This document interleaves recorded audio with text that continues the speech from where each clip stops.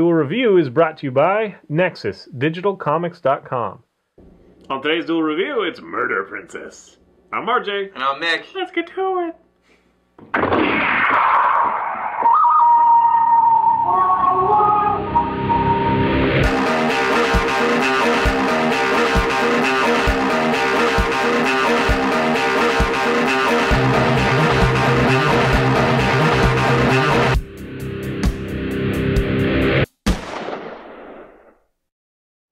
Hey guys, welcome to Thursday the 25th of October. We are doing Murder Princess. That's right. It's another anime that we found on Netflix. It is based off a manga, and it is B Train was the maker of it. B as in the insect. And 2007. It's only 6 episodes long. It was technically 2 seasons, so 3 episodes apiece. And it follows a princess who is trying to save her nation and a notorious bounty hunter by the name of Phallus, which is only referred to as boss by her lackeys. Right. Dominikov and Pete are her counterparts. No, not counterparts. Her lackeys. Yeah. Her friends. Pete is a big hulking kind of guy dressed in a leather jacket and looks like a biker. And Dominikov is dressed like he's going trick-or-treating. Yes. He's a little dude. He's got a scythe, and he dresses up in one of those skeleton. I like that hoodie thing, kind of thing. His clothes, are it has like a feel of like a skeleton, like one of those old costumes they used to wear with like the one from black. E.T. Yeah. But when you see his leg, it's actually like 2 bones. So he is a skeleton underneath, but he's wearing skeleton clothes. It's like funny. He's wearing an X-ray Yeah. shirt or something. Anyway, so there are going to be spoilers in this review. You can't really talk about it without spoiling some. Okay, so spoiler. Now that we've got that out of the way, mix the spoiler in your face. Dominikov and Pete are relics from what they call it, something about the old world. Yeah, I think that's all they say. So basically, it's our future-ish. I mean, it's probably an alternate. Most of these, animes are based, and the mangas are based on an alternate Earth. Right. But it is future. Something went horribly wrong, and people, had to reboot basically. And so now they're back in the Middle Ages. Kind of, yeah. It's kind of a night thing. They've all got armor, but every once in a while something shows up. Like one of his first questions was, okay, so we're in the medieval times, but why is he dressed like a biker? Yeah, Pete is wearing like this leather jacket. He's got all these studs. He looks like a biker. Yeah, they've got mohawks and very punky. He's even wearing he's wearing headphones too. Kind of things like earmuffy headphone things. I don't get it. Anyway, so these are relics from that old era, but there's a lot of magic now. I mean, everybody just chalks it up to magic, and like there are ogres and goblins and whatever. They're the same thing. They're these biosynthetic or purely, mechanical inventions. There are a few people that know the truth. One being the princess herself, which you don't uncover that till later. Right. But so what happens is, so Phallus, the boss, is traveling around with her minions and doing bounty hunter stuff.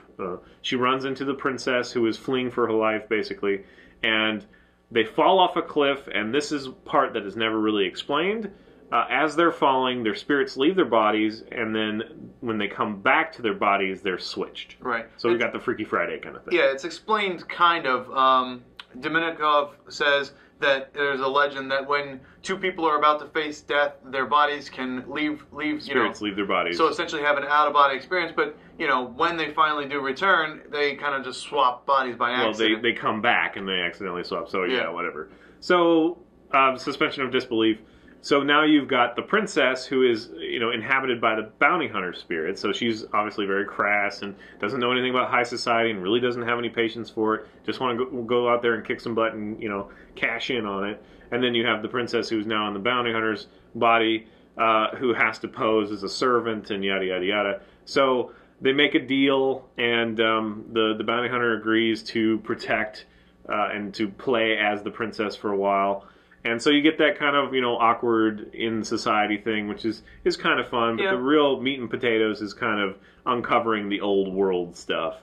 There is a mysterious armored knight, dark knight that reminds us very much of Soul Calibur's Nightmare. And in fact, when he takes off the helmet, well, we're already in spoiler territory. Yeah. He looks like Siegfried. Yeah. So anyway, I don't know. It is a fun anime. It's only 6 episodes, so it's easy to watch. it is well done as far as like the animation is really good. There are some fun characters. One that we didn't go into is like there's this strange doctor with like an onion head. In fact, they even like refer to it like that. Head. And he has 2 little androids of his own, and then some bigger ones and stuff. So there's a little bit of fun to be had. I don't know what else can we say about it really, because it's so short. It's kind of bite-sized. It is fun, but obviously speaking about it, it seems very stereotypical and kind of.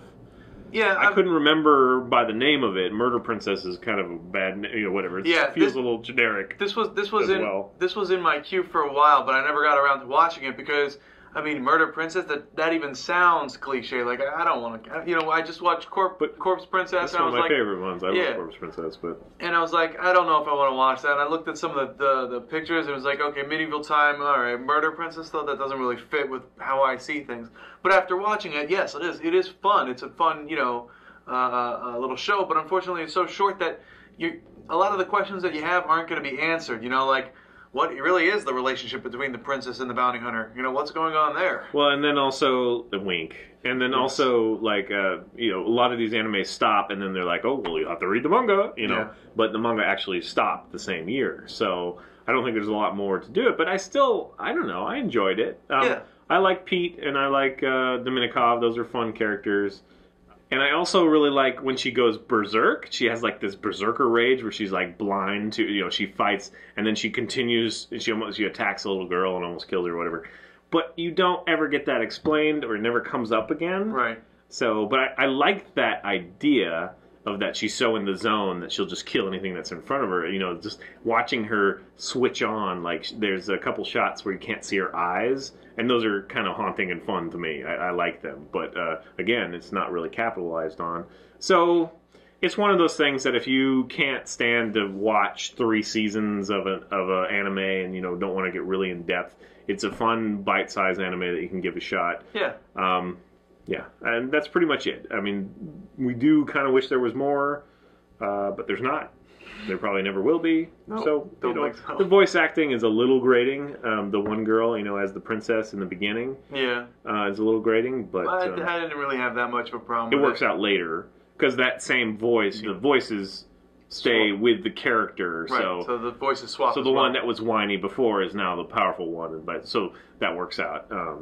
But, otherwise, we get a lot of the same actors. If you watch a lot of anime, you'll be like, oh, yeah, that's that guy. Oh, yeah, that's that guy. You'll recognize voices. Yeah. And some of the creatures are a little stupid looking. Yeah, they're kind of bland. The big hulking ones are kind of stupid with, like, the round heads and whatever. But at least they're a little different.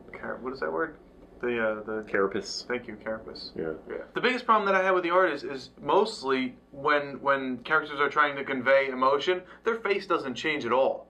Like you usually get like the lowered brow kind of thing. But that's most anime that doesn't go into that weird space where they're like all goofy and you know what I mean? Yeah, and that's kind of a problem I think. But for what it was, I thought it was really fun. It was a really good anime. So yeah, I enjoyed it. Yeah. All right, guys. Well, that's it for our anime this week. Please subscribe to our YouTube channel and follow our fun playlists. Game Lab's been a lot of fun. Moonflower and Foever are great. Thank you. And please leave us comments because we love comments. And you can help support us on our new digs by buying our wares at spiderwolf.com. That's right. T-shirts, card games, art prints, short stories, and more to come. And if you have any animes that you want to recommend, we always are looking for new animes. So we've got a lot of recommendations for One Piece. We're working on it, but it's a very long anime. Yeah. So just, leave comments. All right, guys. See you. Nice. Yes.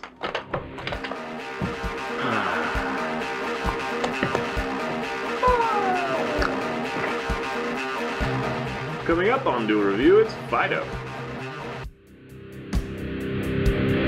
First up, Death Guild Murder Princess. Okay. Nice. Okay. That's what happens when I have hair. I'm still surprised you haven't shaved it off yet. Just been lazy, that's why I haven't shaved my head, but I also needed to prove what a man I am and how I'm not balding at all. See? Oh. Dude, why are you and you're like accentuating it? Like, I'm teasing it. So come on, man. Whatever, I don't care. Murder Princess.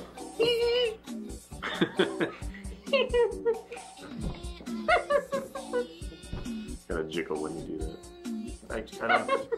I don't know how to jiggle. B Train, 2007. B train? Yeah. B like. Ah. So that's Fly Train. I can't do the B as well. B Train. Not the A Train. Not the Mosquito Train. But the B Train.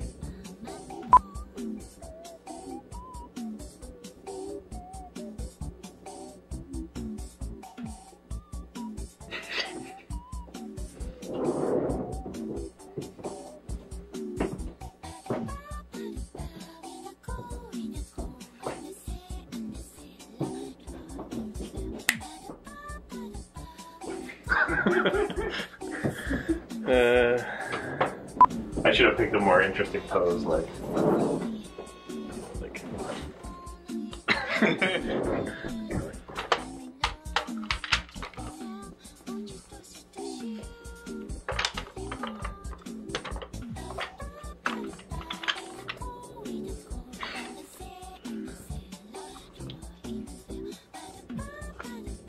Ah!